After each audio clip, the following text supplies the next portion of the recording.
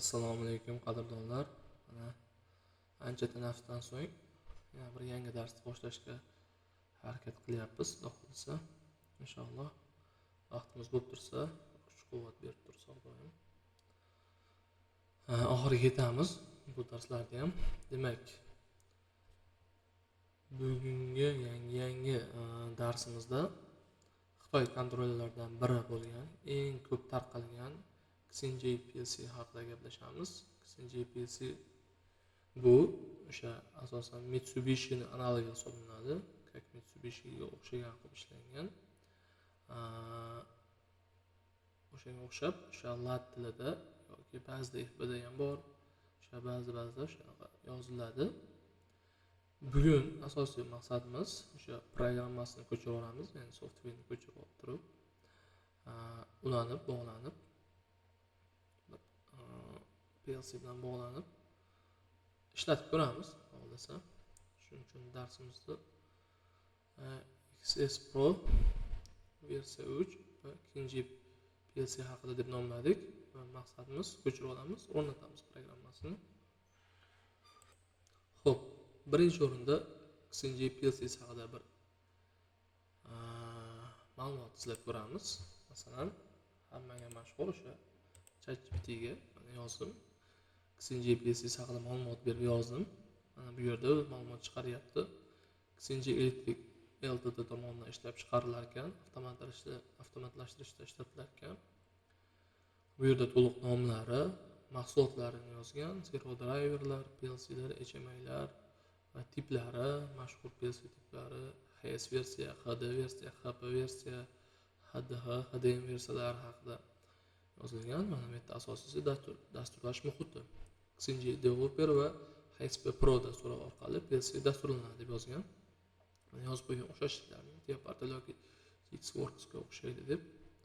Tili ladder diagram LD, HMI bilan bog'lanish desa, Messenger dasturi orqali bog'lanar ekan. Xo'p, aloqa interfeyslari Modbus yurtu, PC inverter sensorlar uchun yoki Ethernet tipida Modbus TCP yoki SCADA tizimlariga bog'lanar ekan. USB seriya portlarida ham dasturlash mumkin. Bu yerda arzonliklarni yozib o'tgan ChatGPT. Arzon, haqiqatan juda arzon PLClar. Kichik va o'rta loyihalarga ishlatiladi. Bu ham to'g'ri. Kichkina va o'rta loyihalarda juda ko'p foydalanib kelinadi. Xo'p, undan tashqari qo'llaniladigan joylarni yozib o'tgan. Asos stansiyalari, qadoqlash liniyalari, o'sha mini uстановkalar, ya'ni to'xtovsiz ishlamaydigan, to'xtab ishlaydigan joylarda ishlatiladi. O'shanga yarasha vazifani bajaradi bu ham. Xo'p, endi bu yerda PLC ni programmasi qaysiligini bilib oldik. HP Pro versiya 3 ekan. Mana buni qayerdan ko'chirib olishni o'tamiz. Mana plc240.com degan saytdan tekin holatda ko'chirib olsa bo'ladi. Mana bu haqida ma'lumot berilgan. Bu mana Xinjiang PLC softverga kiradi va nimalarda ishlatilishi, qaysilarda podдержка qilinishi, qo'llab-quvvatlanishi, HS1, HS2, HS3, HS5, HS7 va HS tiplarini qo'llab-quvvatlash haqida ma'lumot berilgan va qaysi Windowslarga o'rnatish, Windows XP dan tortib Windows 10 va Windows serverlarga o'rnatgan. Bu yerda 11 haqida gap ketmagan. Xo'p, undan tashqari mana vizualni programma ishga tushganda ko'rinishi va ko'chirib olinishi. Mana bu yerdan bossalaring bitta silka beradi ko'chirib olish uchun. Ular hammasi albatta tekin holatdagisi. Xohlasangiz bu yerdan skachatni bosilsa, yana bitta ochiladi. Serani skachatni bitta bosizlar, ko'chirishni boshlaydi. Mana ozgina fayl, mana katta fayl emas, mana 7 MB xolos ekan. Hop, ko'chirib oldik. Uni o'rnatishni ko'rib o'tamiz. Undan oldin qiladigan ishimiz HS hardware manual degan. Bu yerdan HS manualni ko'chirib olganman, faqat inglizcha. Qaysi tipi nimani anglatishini ko'rsatib o'tmoqchiman. Masalan, hozir o'zimda turgan PLCni kamerani yoqib ko'rsataman. Mana mendagi HS332RE tipidagi PLC turibdi hozir qo'limda. Shu bo'yicha ishlaymiz. Hop. Endi bu yerda birinchisi HS3, HS1, HS2 bu seriyalar. Seriya name yozib qo'yibdi, seriya nomerlari. Ya'ni HS1 tipi, HS2, HS3, HS5, HSM, HSP degan HP degan tiplari bor. Ya'ni qo'llanilgan joyga qarab tanlab ishlatilaverasizlar. Mana ikkinchisiga yozyapti input output soni. Ya'ni 10 talik, 14 talik, 16 talik, 24 talik, 32 talik ham bo'lishi mumkin. 32 talik, 48, 42, 60 talik ham bor. Undan keyin uchinchisiga qanday tipda bog'lanadi? Mana agar npm bo'ladigan bo'lsa, bu yerga uchinchisiga r, t yoki rt yoziladi. R bu chiqishi relay output yoki kimgadir relay kerak bo'lsa, relay tipini tanlash kerak. Menda turgani hozir relay tipi. Tranzistorlar kerak bo'lsa, tranzistorlar qayerda ishlatiladi? Tranzistorlar puls beradigan joylarda, chastotliklarni boshqarishda, servo driverlarni boshqarishda, puls orqali boshqaradigan joylarda T tipi ishlatiladi. Undan tashqari mana bu yerda gibrid bor ekan, mix, RT, relay va tranzistorlar. Mana e'tibor beringlar. Y0 va Y1 tranzistorlar tipi ekan. Qolgan esa relaylar. Undan tashqari PNP tipi bor. NPM bilan PNP ni bir takrorlab ketamiz. NPN tipda minus keladi signal. Minus orqali bu yerga kirishiga signal beradi. PNP tipida esa plus chiqadi. Output bo'lsa plus chiqadi. Output bo'lgani uchun gaplashik. PNP tipida esa plus chiqadi. Mana bu yerda uchinchisiga mana bu yerga yoziladi. Pair bo'lsa relay output, faqat PNP tipi. PT bo'lsa transistor output PNP tipida. PRT yoziladigan bo'lsa relay transistor mix, ya'ni gibrid. Y0 va Y1 bu yerda transistor bo'ladi. Undan tashqari mana E va C tipi bor. Bu to'rtinchisiga qo'yiladi mana bu yerga. To'rtinchisida esa power supply'ni bildiradi, ya'ni 220 likmi yoki 24 voltlikmi. Hozir mendagida E tipi, bu yerga NL yozilgan. NL ya'ni 220 lik tipida mendagi turgan hozir qo'limda turgan kontroller 220 lik hisoblanadi. Ozgina tashlab qolib to'g'rilab qo'yamiz. 220 lik hisoblanadi. Shuning uchun 220 olaganman. Xo'p. Undan tashqari CPU listi bor. Mana bu yerda CPUlarni bir-biridan farqlash uchun e'tibor beringlar. Mana NPN tipidagilar mana bu holatda HS1, 10tayi, mana tranzistorlar, relaylar yoki mana tranzistorlar. Bu DC'niki ikkilasak NPN tipi bu. Bu qatorda esa PNP tipi bor. Ya'ni mana chiqishi va kirishi haqida ham ma'lumot ketgan. Mana agar HS10R bo'ladigan bo'lsa 5 ta input, 5 ta output. 16R bo'lsa 8 ta input, 8 ta output. Mana e'tiboringlar, R yoki T tipli bo'lishi mumkin. Hozir bizdagi mana bu yerda HS seriyasi ham bor. Bizda HS3 seriyasi 32 HS3 32R E tipi mendagi. Mana HS3 32E tipi turibdi. NPN ga kiradi. Relaylar chiqishi mana input 18 ta inputi bor, 14 ta outputi bor. Faqat output relaylar hisoblanadi menda. Tranzistorlar emas, NPN tipidagi. Xo'p. Undan tashqari HS5 seriyalari bor. Unda ham o'sha relaylar NPN tipiga qarab ajratiladi. Tranzistorlar. HSM seriyalari bor mana. Ko'ringlar. SM24E tranzistorlar asosan bular. Mana modulli bular va bu yerdan inputlarga qarab ketadi. Mana NPN, PNP, HSK tiplari bu modullar haqida ma'lumot berib ketyapti. Hozir bizda buni modullarni kamdan kam ishlatamiz. Agar kimga bu ma'lumotlar ham kerak bo'lsa, o'zidan men hozirgi vaqtda menda yo'q birorta modul bulardi. Faqat o'sha HS tipini ishlataman xolos, modullarni ishlatmayman. ulab ishlatsa bo'ladi. Mana bu yerda modullarning tipini yozib qo'ygan. Analog input, analog output haqida ma'lumot ketyapti va bu yerda bog'lanishlari. Xo'p. COM2, COM1 turibdi. E'tibor beringlar. Mana 4 va 5. 4 va 5. Bu yerda programma yozish uchun ishlatiladi. Undan tashqari mana 1-2 bor.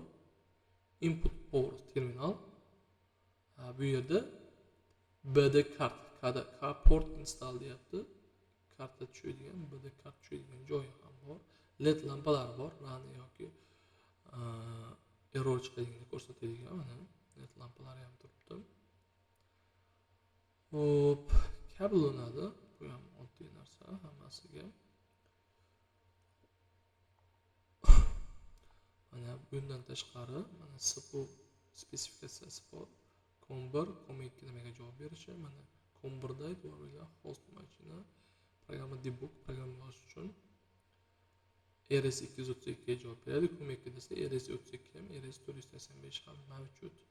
Shu haqida gapirib o'tib ketyapti. Bu yerda input outputlari, qaysidan qaysigacha input, qaysidan qaysigacha output haqida ma'lumot bor. HS1 seriyasiniki bizga bunga ko'rmaymiz. Mayli, HS3 ga o'tamiz sirazi. Mana HS3 seriyasi input e'tibor beringlar. X0 dan X7 gacha. Mana X0 dan X15 gacha, X21 gacha, mana bizniki 32 talik bo'lgan uchun X0 dan X21 gacha inputi bor. Outputi bor. Y0 dan Y15 gacha. Mana Hop, pointlari, ya'ni markerlarni nechadan-nechaga podeshya qilishi, S-lari, flow, timeri, qaysi timer qaysi javob berishi, necha sekundda sanashi, shular haqida ma'lumot bor. Registri bor. D0 dan D909 gacha. Flash registri bor. FD yozsak agar, o'sha flash registr keyingilarda o'tamiz. Albatta ular hali alohida. O'chirganda ham ma'lumotni saqlab qolish uchun flash rom registrdan FDdan foydalaniladi. Mana high speed display, high speed podeshya qiladi.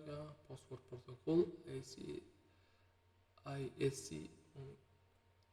da 6 bitli parol qo'ysa bo'lar ekan. Bu HS5 seriyasi. Xo'p. Bular tushunarli. Bular endi qisqacha ma'lumot bo'ldi. Xo'p. Ko'chirib oldik. Bu silkani tashlab qo'yaman. Kimga qiziq bo'lsa. Pastga olamiz va ochamiz. Mana ko'chirib olganmiz. Buni izlashni qolamiz. Parol so'raydi. Parolimiz plc 247.com yozamiz. plc247.com. Okey. Mana e'tibor beringlar, meniki Windows 10 sistemam. Mana kirdim. Bu yerda Redmi plc247. Mana part number, serial number hammasi yozilgan. Endi o'rnatamiz. Setib turibdi.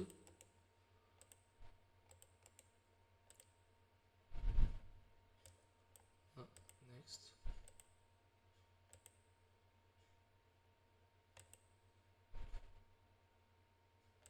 Finish.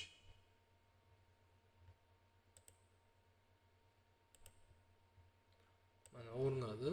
Bu yerga qo'yib qo'yay. Ichiga kiramiz.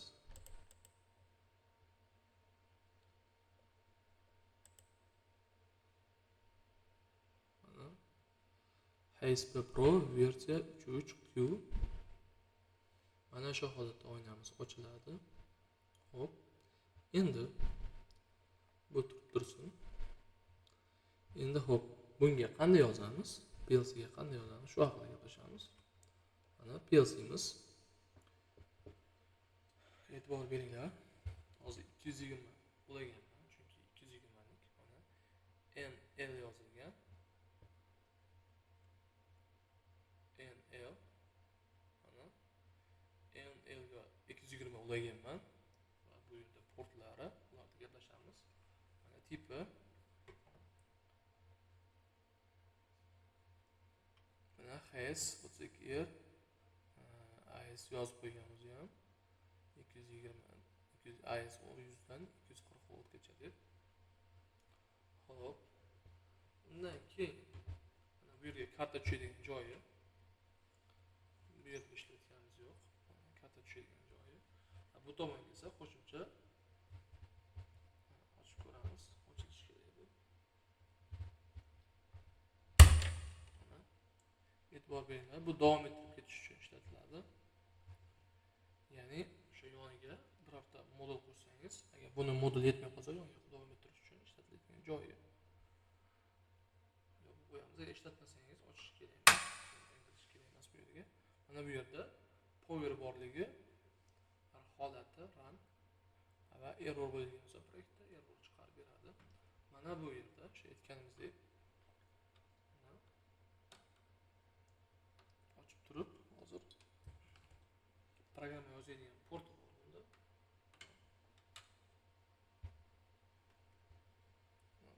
Port. Hop.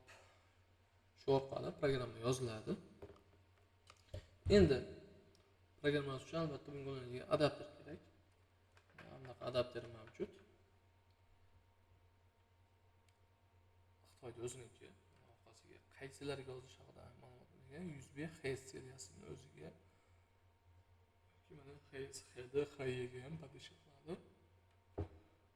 Bir tomoni USB bo'ladi. Mana bir tomoni USB.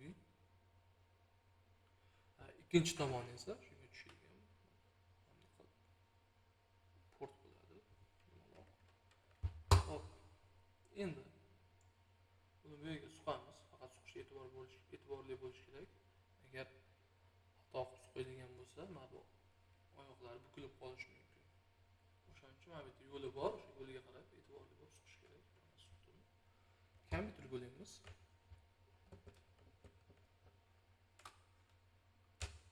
Kompyuterga suqyapman.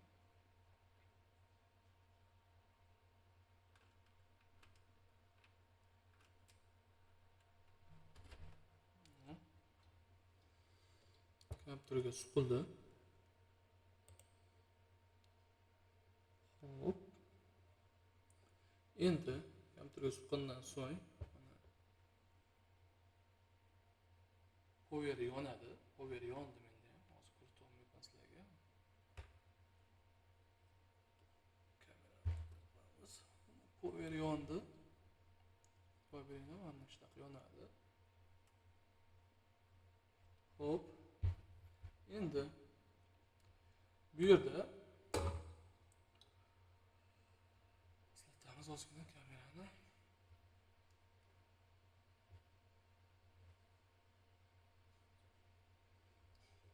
Mana bu yerda sinjiydi o'zini sapuni pitani suqqanim yo'q 220 ga. Hozir mana suqamiz.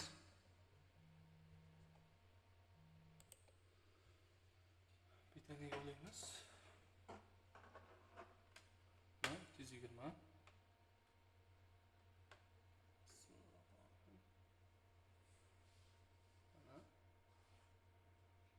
Yondi, rang holda turibdi, ichida proyekti bor chunki. Hop. Endi buni pastga olib qo'yamiz. Kompyuterdan kirib, portga ulanganmi yo'qmi tekshirishimiz kerak. Buni kompyuterga kirib, ustroyство. Yana komport ulangan bo'lsa, bunaqa chiqadi. USB seriya /340.com6 da turibdi ekan. Bu yerda mana portidan kiramiz. Mana bu yerdan tanlaymiz COM6. Connection to PC yozilgan. Okay. Mana bu yerda ham rang holda ko'rinadi. Bu yerda upload qilsak bo'ladi. Upload agar ichida proyekt bo'lsa, uploadni bosdim. Mana ichida shuncha proyekt mavjud ekan. Bularga e'tibor beringlar, birorta anaqa yo'q. O'zimiz qilgan proyekt. Ichida kommentariyasi ko'chirib oldi. Bu odatiy hol.